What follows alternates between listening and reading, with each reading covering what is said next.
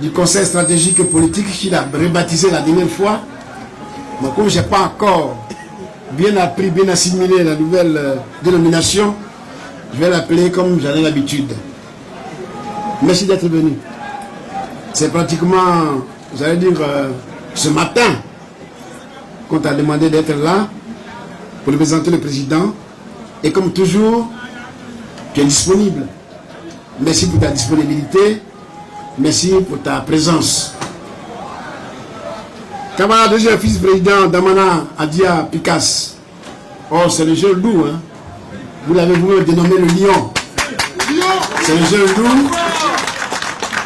C'est les jeunes que nous avons formés, hein, n'oubliez pas ça. C'est les jeunes que nous avons formés. Donc les ours sont là. Merci Picasse de nous avoir enseigné beaucoup de choses ce matin. Non seulement l'histoire de la fête de la Renaissance, mais aussi pourquoi la fête de la Renaissance, c'est-à-dire son objectif. Je voudrais te saluer pour ton éloquence. Quand tu passes par là, nous autres, quand on vient et qu'on lit nos documents, on semble un peu petit dans la chose. Mais c'est pas vrai. C'est la sagesse qui parle après la pluie. Merci beaucoup. Merci Picasse. À travers toi, nous pouvons dormir tranquille. Nous pouvons estimer que nous avons semé la bonne graine et que nous laissons les jeunes évoluer. Soyez donc assurés de notre soutien de tous les temps. Après Picasse, je voudrais saluer mon grand frère qui a fait le déplacement, Vincent Pierre Locrou. Merci Vincent. Vincent Pierre Locrou est chef du village chez nous là-bas, à Gagnoa. C'est lui qui a reçu notre petite maman, Nadi Bamba, le samedi dernier, avec l'investiture des messagères.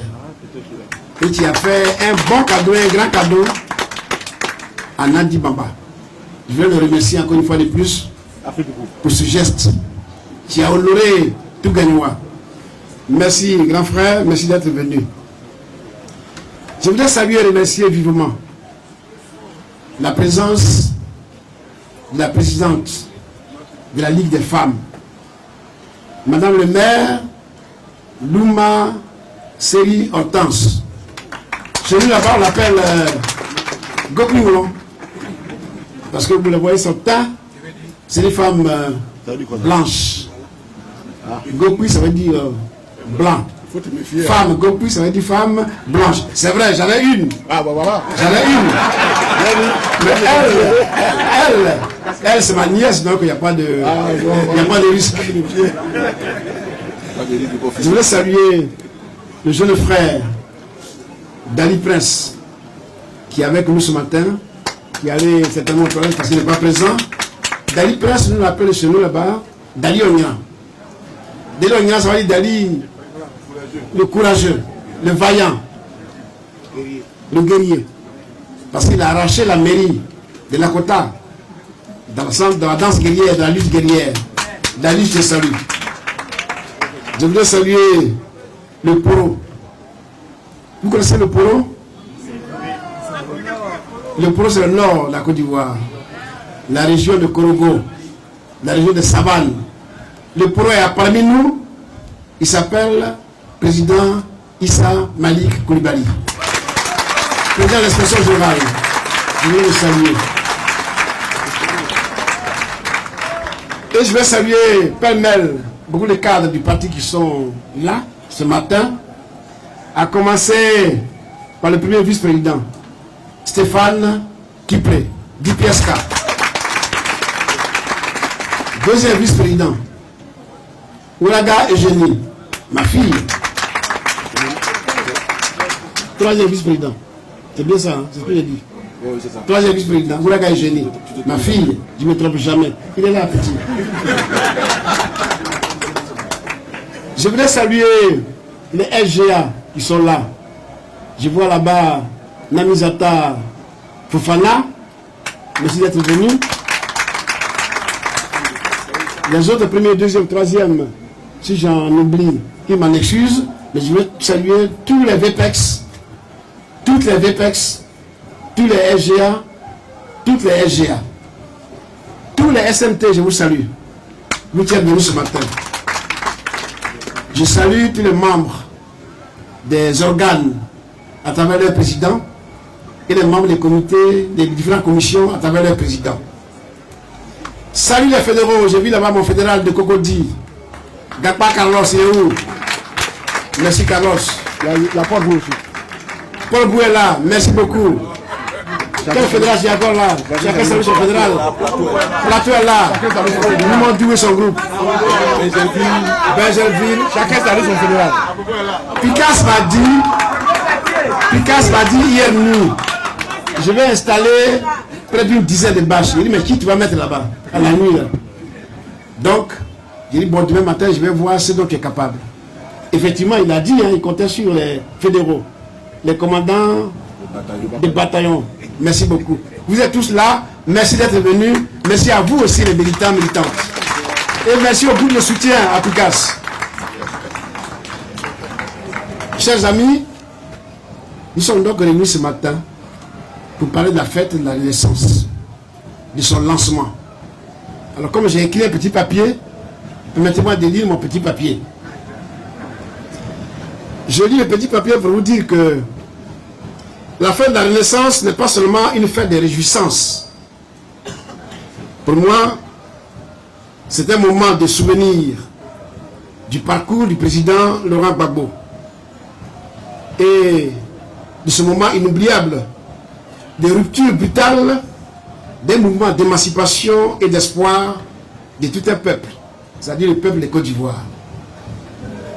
Il s'agit ici de nous souvenir de nos moments de peine, de douleur, de souffrance et parfois de désespoir qui se sont transformés en joie indescriptible ce 30e mars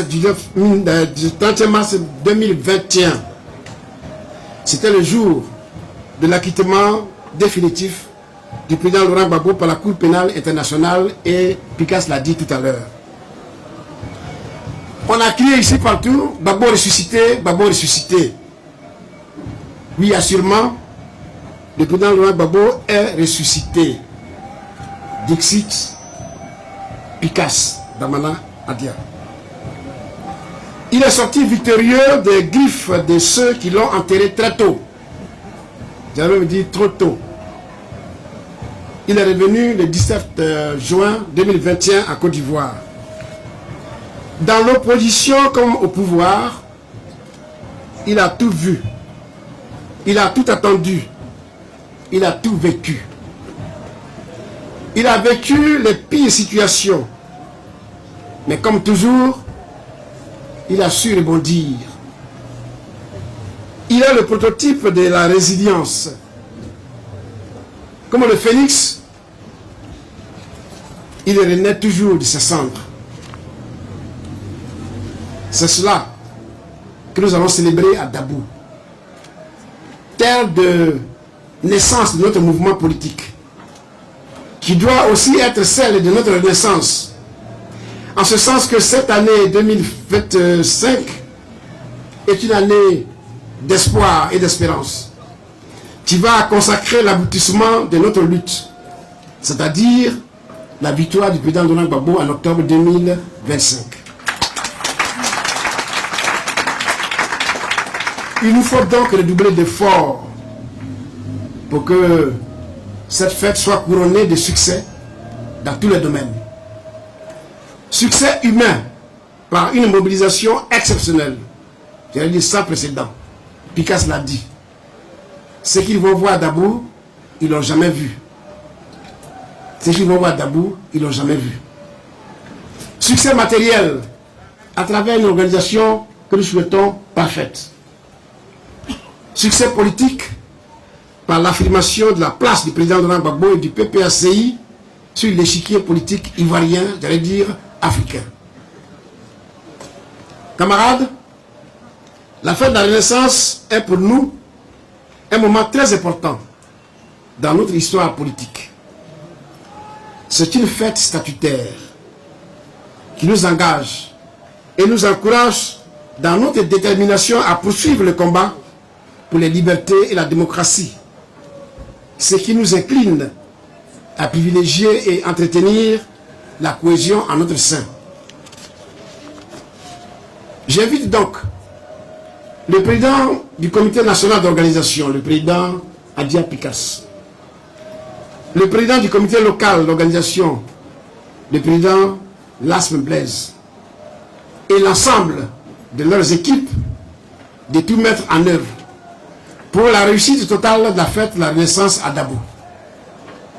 Chers amis, Dabou sera la rampe de lancement de la victoire en octobre 2025.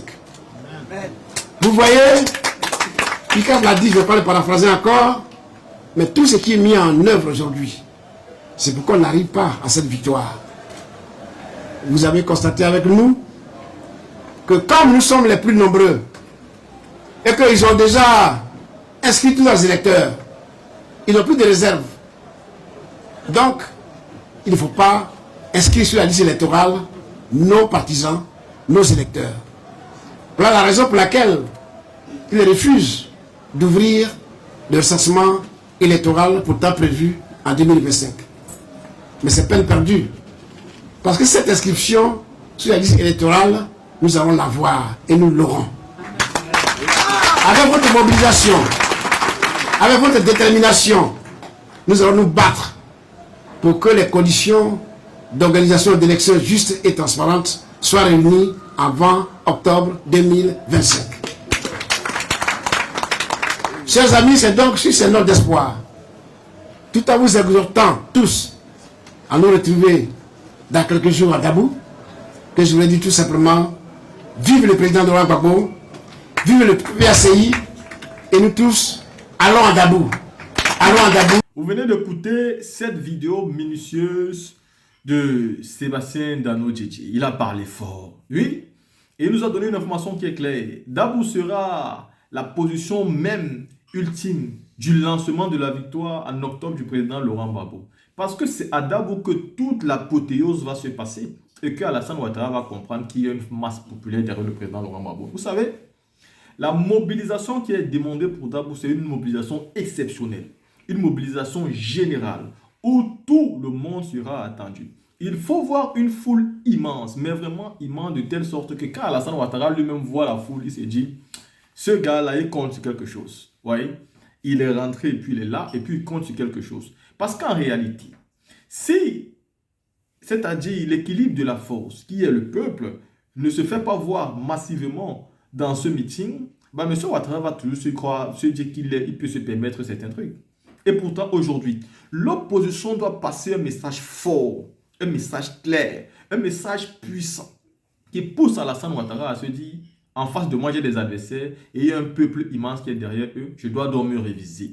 En réalité, tout ce qui est mis en œuvre aujourd'hui, c'est pour qu'on n'arrive pas à la victoire d'octobre 2025, comme a dit Sébastien Dano Djedje ici. Et tout le monde a vraiment constaté, comme il a dit, que comme nous sommes les plus nombreux au PPACI aujourd'hui, eux-mêmes savent très bien qu'il faut empêcher, il faut casser la dynamique. Sinon, dites-moi, pourquoi les condamnations abusives? Pourquoi les arrestations? Pourquoi les menaces? Pourquoi tout ce qu'ils sont en train de faire aujourd'hui? S'ils avaient confiance en eux, s'ils savaient qu'ils étaient les plus nombreux, s'ils savaient qu'ils avaient la capacité, le pouvoir, la puissance de gagner l'élection, dites-vous, posez-vous la question. Est-ce que ces gens devraient faire ce qu'ils sont en train de faire aujourd'hui? S'ils font tout cela, c'est parce qu'ils ont compris et c'est parce qu'ils ont conscience qu'en envoyant le président Laurent Gbagbo en prison, bah, ils l'ont aidé. Le monsieur lui-même l'a déjà dit. Envoyer son adversaire politique en prison, c'est donner un coup de, c'est-à-dire un coup de pouce à cet adversaire-là, qui lui va se retourner contre parce qu'il aura tout autour de lui pour vous battre. Vous avez donc fait la publicité d'un homme que vous aurez pu, c'est-à-dire soit battre normalement, soit accepter que vous avez été battu, mais vous permettant d'avoir encore une côte.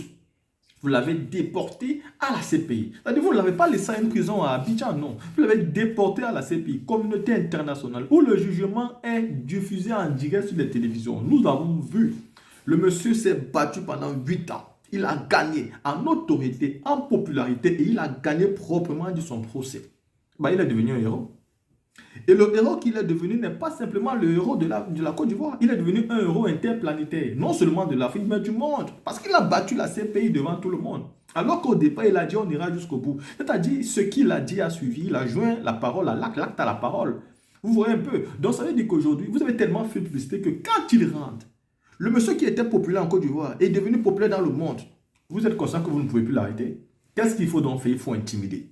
Et c'est cette intimidation qui se passe aujourd'hui. Donc Dabou sera donc le maillon fort, ce qui va déclencher des tournis à Alassane Ouattara et lui faire reprendre conscience en redescendant sur terre.